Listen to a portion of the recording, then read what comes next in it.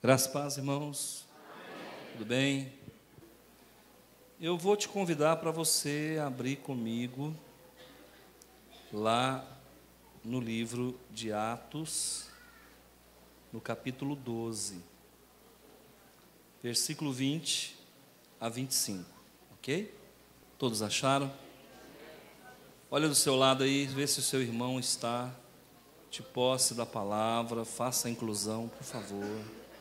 Ora, havia séria divergência entre Herodes e os habitantes de Tiro e de Sidom. Porém, estes, de comum acordo, se apresentavam a ele, e depois de alcançar o favor de Blasto, camisarista do rei, pediram reconciliação, porque a sua terra se abastecia do país do rei.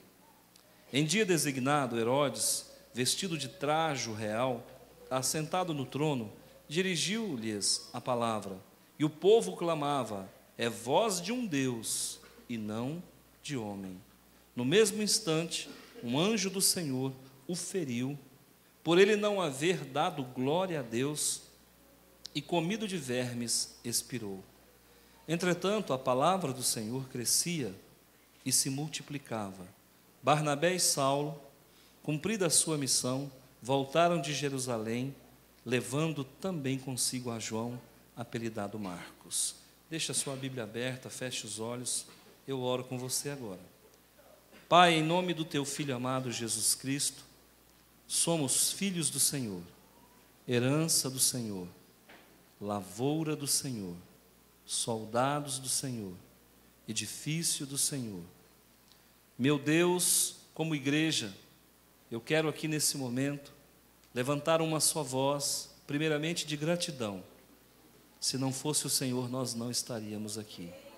Israel que o diga, se não fosse o Senhor, o inimigo nos teria consumido. Mas o Senhor, com o seu amor, um amor que não exige nada em troca, nos tem sustentado, nos livrado de todos os percalços, de todas as adversidades, de todas as intempéries. Eu te louvo, nós louvamos o Senhor, bendizemos o teu nome, exaltamos, Senhor, o teu nome, glorificamos a tua majestosa graça e pedimos, Pai, não nos abandona, fica conosco e em nós, em nome de Jesus, amém. Glorifique a Deus. Guarda essa frase, é o título da nossa mensagem. Glorifique a Deus. Quero contar uma história que eu não sei se é verdade ou se é mentira. Então eu vou dizer que é uma história sem H, porque pode ser uma fábula. Há algum tempo atrás, eu ouvi contar uma história que é muito fantástica, mas eu vou passar para vocês do mesmo preço que me passaram. Conta-se que alguns jovens iriam viajar de uma cidade para outra. E ali, arrumando as malas, a mãe disse: olha, eu separei uns ovos aqui, para que vocês levem, para vocês comerem lá. Esses ovos são de galinha caipira, eu queria que vocês levassem. E eu vou colocar aqui em cima das malas, com muito cuidado. E aí acondicionaram tudo no porta-mala. E quando fecharam e entraram no carro, com o vidro ainda aberto, com o carro já ligado, uma das mães que ali estavam, com aqueles jovens, disse: meus filhos, vão com Deus. E um dos jovens, poderia ter ficado calado, disse: olha, aqui dentro do carro não cabe. Se ele quiser ir, vai ter que ir junto com os ovos. Conta-se que, durante o trajeto, eles se envolveram num acidente. Todos morreram. Foi um dos acidentes mais horríveis registrados. O carro se despedaçou em vários pedaços. E a única coisa que sobrou inteiro foi a caixa de ovos. Essa história eu não sei se é verdade, mas ela tipifica um comportamento que deve ser levado em consideração. Glorifique a Deus. Quando alguém disser vá com Deus, diga amém. Na sequência, diga fique com Deus também. E o outro sela amém. Sela aquilo que você recebeu. Deus te abençoe. Amém. Deus te abençoe também. Então, é assim que nós devemos agir. Uma das coisas que nós muitas vezes não somos treinados ou orientados é a dar glórias ao Senhor. E passa despercebido. Nós temos um texto aqui, irmãos, que ele é no mínimo intrigante. Eu leio esse texto e releio e tento entender que trem doido é esse? Que coisa doida. Como é que alguém pode ser comido por bicho, por verme? Como que é isso? Essa tradução que eu uso é uma tradução erudita, embora não seja tão arcaica, está dizendo que, no mesmo instante, um anjo do Senhor o feriu, por ele não haver dado glória a Deus, e comido de vermes, expirou. Quem escreveu esse livro de Atos, todo mundo sabe. Quem foi? Paulo. O livro de Atos foi escrito por Paulo, certo? Errado. Lucas. Batista Nacional não compra gato por lebre. Lucas. E Lucas era o quê? Médico. Eu não sei se o sistema taxonômico de classificação dos seres vivos era o mesmo de hoje. Acredito que não, porque o nosso sistema de classificação é do século 17. E eu não sei se o que Lucas chama de verme aqui, verdadeiramente é um verme. Pode ser uma bactéria, pode ser um fungo, pode ser um vírus, pode ser um protozoário, e pode ser realmente um verme, né? Não vamos entrar nessa questão biológica, porque a gente ficaria muito tempo se detendo.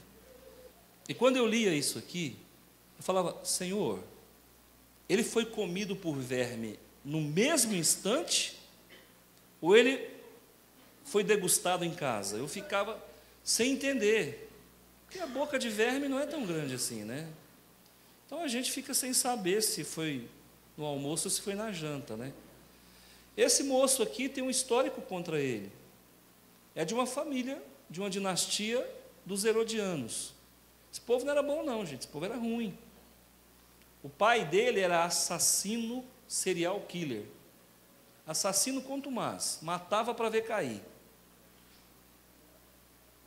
Era o cangaceiro do Oriente Médio.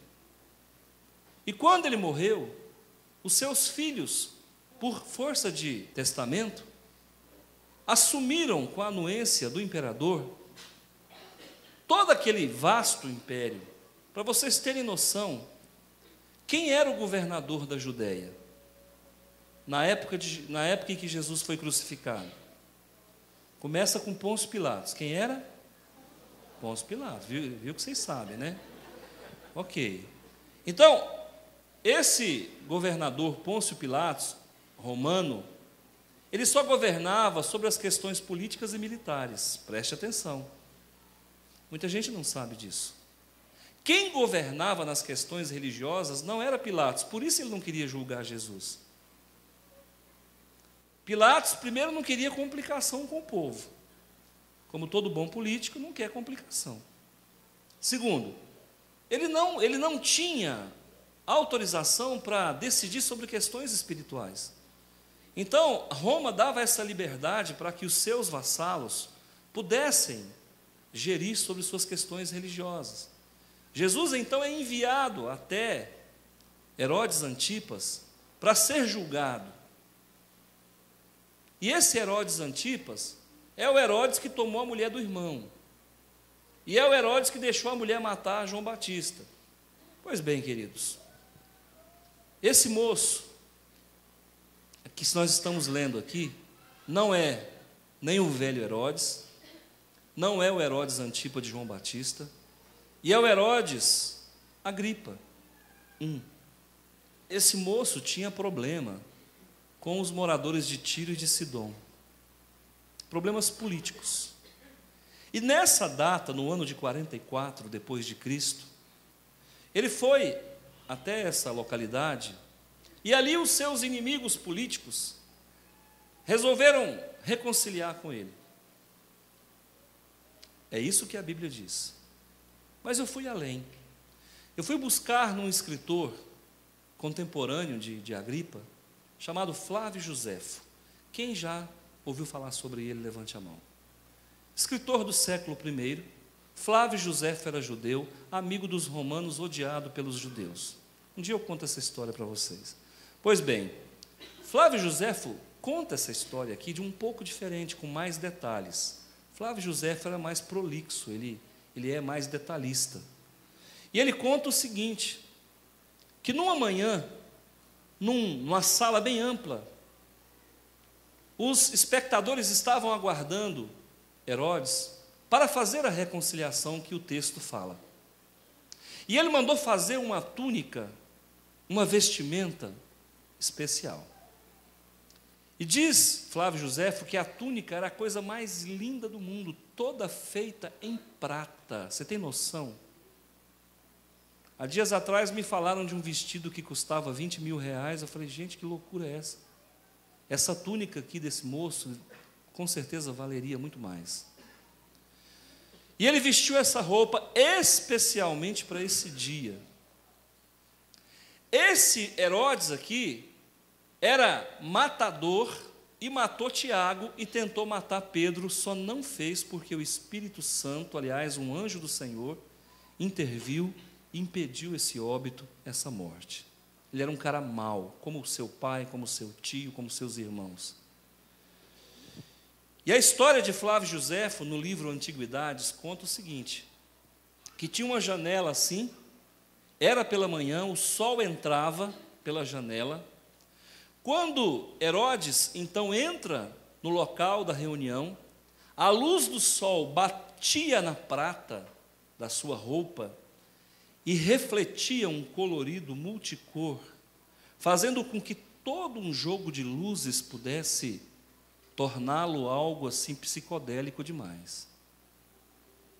Quando ele abre a boca, possivelmente tinha o dom da palavra. Quando ele abre a boca, as pessoas ficam tão maravilhadas com aquele glamour, com aquele esplendor, com aquele timbre, com aquela voz, com aquela capacidade de se comunicar. E eles começam a gritar e dizer, olha, é um Deus que fala. Isso não é um homem, isso é um imortal, é um Deus que fala. E na hora em que ele recebe esse elogio, em vez de ele dizer toda honra e toda glória ao Senhor, ele fez como Lúcifer e reteu a glória para ele. Em outras palavras, eu sou um Deus. A palavra de Deus e o próprio Flávio Josefo, nesse ponto, são unânimes. Dizem que do céu desceu, a Bíblia diz, um anjo, e o feriu de morte, e ele expirou. Só que Flávio Josefo disse que na hora em que ele foi ferido de morte por um anjo do Senhor, então ele passou mal e caiu, e as pessoas correram para segurá-lo, e ele disse assim, eis que estou ferido de morte. E aquele que o povo disse ser imortal, na verdade, está partindo desse mundo. Me leva para casa. E durante 5 dias ele agonizou, diz Flávio Josefo. E os vermes foram comendo ele. E no 5º dia ele faleceu. Pastor, o que o senhor está falando não está na Bíblia, eu posso confiar? Irmão, só ouve isso. Isso não é escriturístico, não tem como provar se isso é verdade. Mas fica isso, respondeu para mim uma pergunta que eu tinha. Toda vez que eu lia esse texto, eu pensava, mas ele morreu na hora ou ele morreu depois? A Bíblia não é clara, Flávio Josefo foi claro, ele morreu 5 dias depois. O que isso aqui tem a ver conosco? tem tudo a ver conosco, irmãos. A Bíblia relata 3 homens que durante a sua vida tinham tudo para glorificar a Deus e não fizeram. E se deram muito mal. Eu não sei como é que está a tua vida. Quem tem curso superior aqui, levanta a mão. Já deu glória a Deus por isso? Quem é casado, tem mulher ou tem marido, levante a mão. Já deu glória a Deus por isso? Quem tem filhos aqui, levante a mão. Já deu glória a Deus por isso? Eu conheço muita gente que queria ter um filho e não tem. Quem tem casa aqui, levante a mão. Ou própria, ou de aluguel, levante a mão. Ou alguém aqui mora debaixo da ponte ou num albergue. Já deu glória a Deus por isso? Então, queridos, nós perdemos grandes oportunidades de dar a Deus a glória devida. E muitas vezes nós aceitamos o elogio e acabamos perdendo uma grande oportunidade de receber mais bênçãos na vida.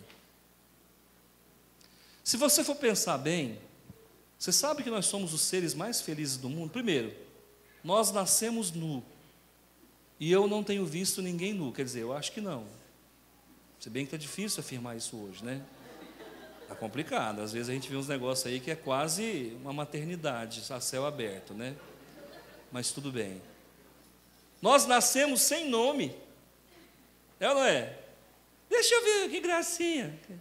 Como é que é o nome dele? Não sei, eu estou decidindo ainda, não sei. Não é?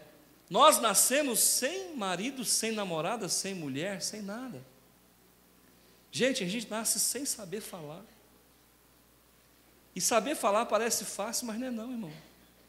Uma criança leva anos para aprender a falar. Nós nascemos sem saber andar. E parece fácil, mas andar é uma das coisas mais difíceis da vida. Não tem uma criança que ao aprender a andar não roxeou a cara, a boca. Não tem uma criança. E graças a Deus eu conversava isso esses dias. Criança não tem medo, porque se ela tivesse medo ela nunca ia andar. Eu? Levantando aqui para cair? Que é isso? Nunca na vida. Ela levanta, cai, machuca, 10 minutos depois está de novo tentando. Por isso que ela aprende a andar. Porque ela é persistente. Você já imaginou se uma ave que está lá no ninho, filhotinho, só com a boquinha aberta, a mãe vomitando dentro da boca dela, você já imaginou se ela falasse, nem esse penhasco é alto demais, não vou não. Meu filho, vamos fazer o primeiro voo. Não, mamãe, eu vou ficar aqui mesmo, tá bom aqui. Vai trazendo a comida aí que eu vou ficar aqui só. Queridos, Deus é tão maravilhoso que quando tem algo que impede o nosso crescimento, Ele tira aquilo para que a gente possa avançar. 3 homens na Bíblia meteram o pé pelas mãos. Vamos pela ordem. Primeiro, um homem chamado Belsazar. Esse homem era filho de um rei chamado Nabucodonosor. Esse Belsazar, ele era tão pedante, que certo dia, após haver herdado o reino de Babilônia do seu pai, Nabucodonosor, ele deu uma festa para 1000 pessoas, mas 1000 pessoas da nata, da sociedade, mulheres, concubinas, políticos, líderes do seu império, e ele deu uma grande festa regalada a muita comida, muita bagunça e muito vinho. Acontece que o seu pai havia entrado no templo de Jerusalém por ocasião em que os judeus foram deportados para a Babilônia, isso há 42 anos, 50 e poucos anos atrás, antes disso acontecer, e havia furtado, essa é a palavra, os utensílios do templo, a citar taças, baixelas, tudo em prata e em ouro. E quando ele deu essa festa linda, maravilhosa, glamurosa, regalada a muita bebida, muita orgia, em um dado momento, ele chama alguém e diz, vai lá no depósito e pega as baixelas de prata, de ouro que foi tirado do templo de Jerusalém, coisa consagrada a Deus, diga-se de passagem, traz para cá. E levaram essas taças de ouro, e eles beberam ouro e profanaram o sagrado de Deus naquele dia. E ali naquele lugar, ao mesmo tempo em que eles bebiam, comiam e se bagunçavam na promiscuidade, eles adoravam Deus de ouro, Deus de prata, Deus de bronze, Deus de madeira, Deus de ferro e Deus de pau e Deus de gesso. Todas as instâncias da matéria, eles criaram Deus para que eles pudessem ali adorar diante dos utensílios que haviam sido consagrados no templo lá em Jerusalém. Enquanto eles estavam ali bebendo nas taças, uma mão escreve na parede uma sentença. E ele ficou extremamente irado e confuso com aquilo. A Bíblia fala que os joelhos dele se bateram um no outro, de tanto medo que ele ficou daquela mão escrevendo. Ele não enxergava a mão, mas nem quem escrevia, mas ele enxergava o que estava escrito. E ele chamou todos os feiticeiros. Na hora, naquela noite, ele chamou todos os seus magos e disse: eu farei o terceiro do meu império e darei muito ouro e muita prata para quem disser o que está escrito na parede. Eles disseram: Senhor, nós não sabemos. Ninguém consegue decifrar o que está escrito na parede. Nisso a sua mãe entra, esposa do finado Nabucodonosor. Ela entra e fala: meu filho, calma, eu sei quem pode desvendar esse mistério. Quem, mãe? Um homem chamado Daniel. Mande-o buscar. Daniel chegou, olhou aquilo que estava escrito e disse: eu sei o que está escrito. Então diga-me, eu te farei o maior no meu reino. Ele disse: não quero nada. Deus manda te dizer que o teu império acabou, o teu governo acabou, e você vai ser passado a fio de espada. Aquele homem se julgava ser o melhor de todos, e a Bíblia diz que ele não dava glória a Deus. E o que esse homem fez? Profanou os objetos do templo, fez do sagrado algo para pecar sobre o sagrado. Eu quero fazer uma pergunta para você. Nós estamos vivendo no período da graça, e nós não divinizamos objetos. Nós não somos daquela religião que diviniza objeto. Por exemplo, o copo que Jesus bebeu a última ceia. Que copo que Jesus bebeu a última ceia? Estou lá preocupado com isso. Não, mas tem religião que diviniza isso. O ladrilho onde Jesus pisou e derramou uma poça de sangue. Esse ladrilho é santo. O manto que cobriu Jesus na tumba. Irmãos, nós não temos fé assim. A nossa fé não é assim. Mas tudo bem. No Velho Testamento as coisas funcionavam assim. No Novo Testamento é graça, as coisas mudaram. É a nova aliança, é a nova dispensação. Então mudou. Mas o que acontece, queridos? Esse homem, rei da Babilônia, que havia o seu pai derrotado a Assíria, seria derrotado agora pelos medos e persas, e o rei Ciro assumiria o poder. Como é que está a tua vida? O sagrado para você continua sendo sagrado? Ou será que nós temos dormido sobre a Bíblia e pecado sobre ela? Eu vejo hoje, gente, pessoas que encontram base bíblica para pecar. Eu vejo pessoas que chegam para mim, elas não confessam o seu pecado. Elas dizem: olha, pastor, o senhor sabe que, na verdade, eu venho de uma família perdida. E o meu povo não era fácil. Em outras palavras, eu também não sou. Pastor, eu venho de uma família de homens galanteadores. E eu, da mesma forma, não assume o seu erro e não querem mudança. Sabe o que é isso, irmãos? É beber vinho sobre o sagrado de Deus. Se você sabe o que tem que fazer, por que não faz? Quem se acostuma com o sagrado, se acostuma com o pecado. Põe isso na sua cabeça, grava, é frase minha. Tem pessoas, irmãos, que conhecem a Bíblia de capa a capa, mas não conhecem o Deus que a escreveu e não tem intimidade com Ele. Sabe versículo de cor, mas parece um papagaio. do que verdadeiramente um servo do Senhor. Existem pessoas, irmãos, que vêm para a igreja, queridos, e vêm desentendendo com a esposa dentro do carro, de lá a aqui, indo para o sagrado, tomando vinho e profanando aquilo que é santo. Existem pessoas, queridos, que fazem como Belsazar, não dão glória a Deus, fazem uso de uma religiosidade como se fosse um amuleto, uma ferradura, um pé de coelho. Isso, irmãos, não é comportamento de um cristão.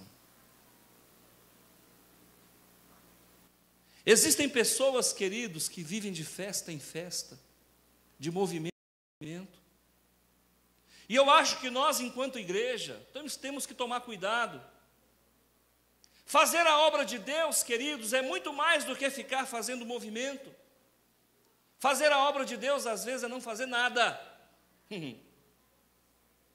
Fazer a obra de Deus, às vezes, é aquietai-vos e saber que eu sou Deus. E eu vejo pastores, queridos, que correm para um lado para o outro, de avião, de jatinho, para lá e para cá, e vai, e prega. Irmãos, isso é mercado, sai disso. Jesus não nos constituiu para isso. Nós não estamos aqui para ser empresários do reino, não. Queridos, crescermos como igreja é uma questão de qualidade que gera crescimento. E existem pessoas que vão para o crescimento, mas não buscam qualidade. E isso é edemático, isso é inchaço, isso vai dar mal, vai acabar mal. Primeiro probleminha que der, o povo sai igual uma boiada, estoura. Fiquei sabendo agora de alguém aí, que uma igreja X aí, que escorregou, diz que a igreja está vazia. Sabe por quê, irmãos? Porque uma igreja tem que estar pautada na palavra. Sabe? Pessoas que agradam homens, mas não agradam a Deus, essa é a verdade.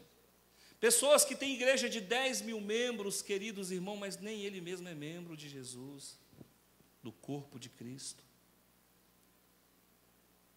Quando nós fazemos a obra do Senhor, num pleno ativismo, com interesse puro e simples de crescer, nós não estamos fazendo a obra de Deus, nós estamos fazendo a nossa obra. Isso não é Isaac, isso é Ismael. Verdade. Eu me preocupo com isso. Eu quero que a igreja cresça, porque eu sei o evangelho que nós temos pregado aqui. Mas pelo amor de Deus, não é império, é reino. Pelo amor de Deus, eu não posso me deixar iludir por essa aparente potencialidade. Porque o mesmo povo que levanta o pastor é o mesmo povo que derruba.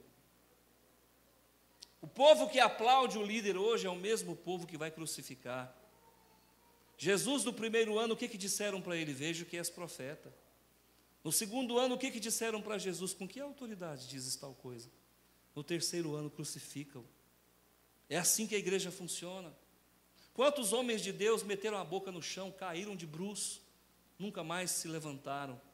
E não se levanta porque Deus perdoa, mas o povo não perdoa. Então, muito mais do que uma igreja grande, uma igreja curada, uma igreja sadia, uma igreja compromissada, com palavra, com evangelho, não se acostume com o sagrado.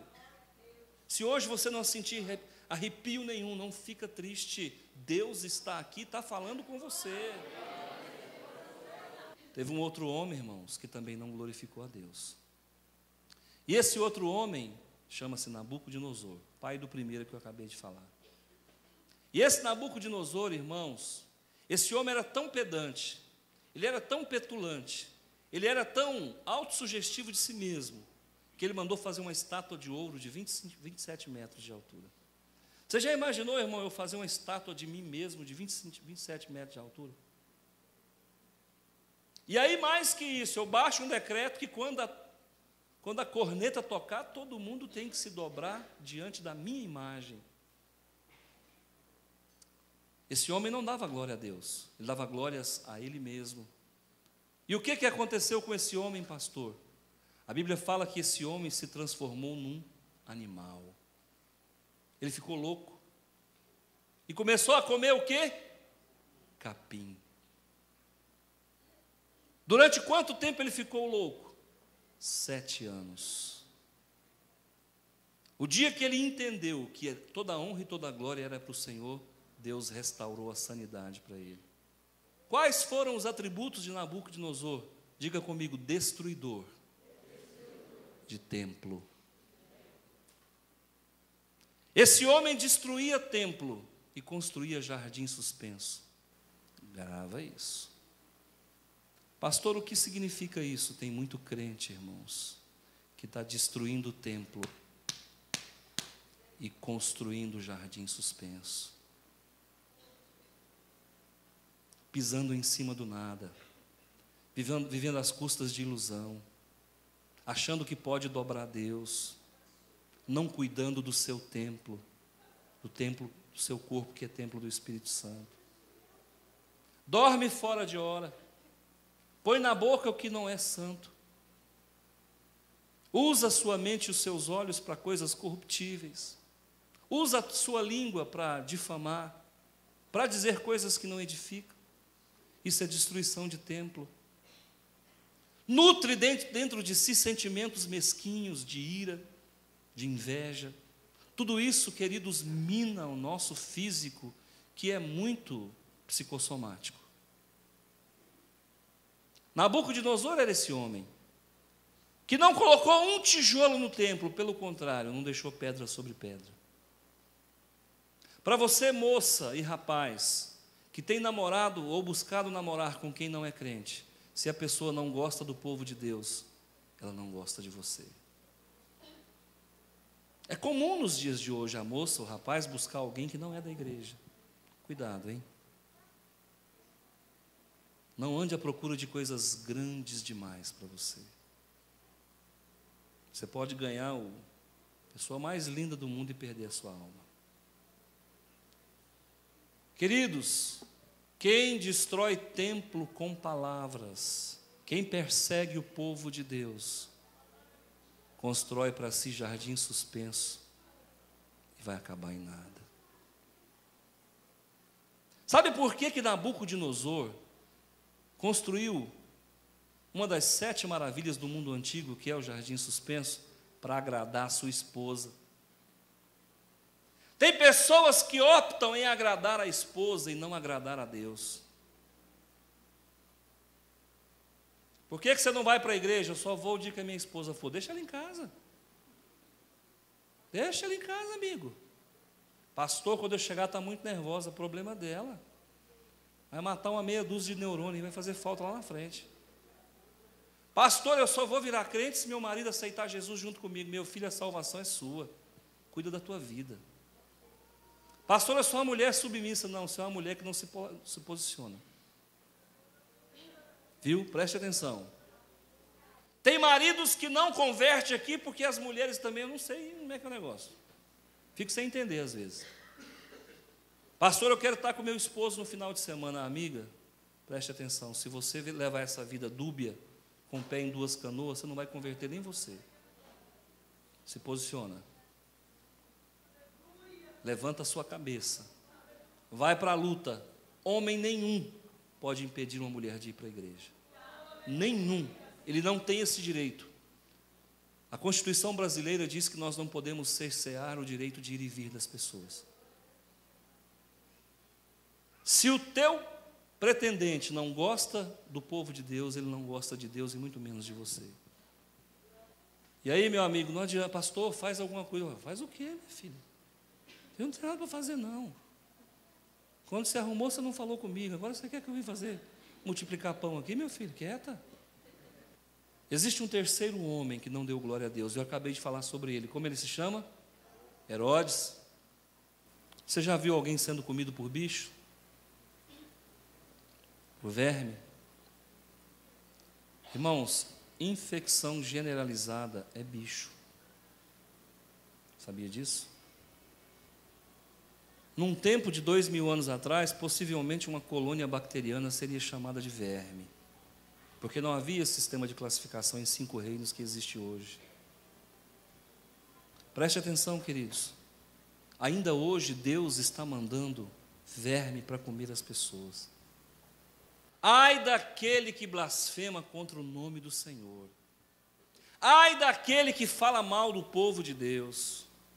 A palavra do Senhor diz o seguinte: a uns amai, a outros tolerai e a outros evitai. Irmãos, não se iluda com a carinha bonita não, viu? Um conhecido meu se apaixonou por uma moça, muito simpática, muito bonita. E um dia, visitando a sua futura sogra, a sogra disse para ele: bonita, não é, fulano? É linda. Ela falou para ele: é um demônio. Você vai levar um demônio para dentro da sua casa. Pastor, por que eu não ouvi aquela mulher antes de casar? Eu não levei um demônio, eu levei uma legião. Verdade, irmãos, não se iluda com carinha bonita, viu? Preste atenção. Antes de você tomar uma decisão, olha direitinho onde é que você está entrando. Porque depois que você colocar essa aliança aqui, meu amigo, ninguém tira, nem Deus. Nem Deus. Aliança não se quebra, aliança não se desfaz, casamento é aliança. Pastor, o senhor é contra a separação? Não é eu não, filho, é a Bíblia. E agora, pastor, eu separei, vai, não peques mais, meu filho. Pelo amor de Deus, casou, fica agora quieto. Não acumula isso não, meu irmão. Pastor, eu sou colecionador de casamento. Para com isso, meu filho. Para com isso. Eu estou no 5º. Para, meu filho, chega. Isso não funciona. Não funciona assim. Pastor, mas eu não aguento ela. Não, se você largar ela, você vai arrumar pior que ela. Funciona assim, meu amigo. Todo mundo tem defeito, ninguém é perfeito. Procura viver, procura consagrar, dá a glória a Deus. Começa a agradecer pela tua casa. Começa a agradecer a Deus pelos teus filhos. Glorifica ao Senhor pela casa que você... Pastor, minha casa é muito humilde. Não, é um palácio. Glorifica a Deus pelo seu trabalho. Senhor, mas o meu patrão, o seu patrão é maravilhoso. O problema é que nós potencializamos o que é ruim. E o problema é você coloca ele do tamanho que você quer. Tem pessoas que chegam para mim: pastor, o senhor não sabe o que aconteceu, pastor? Eu nem quero saber, filho.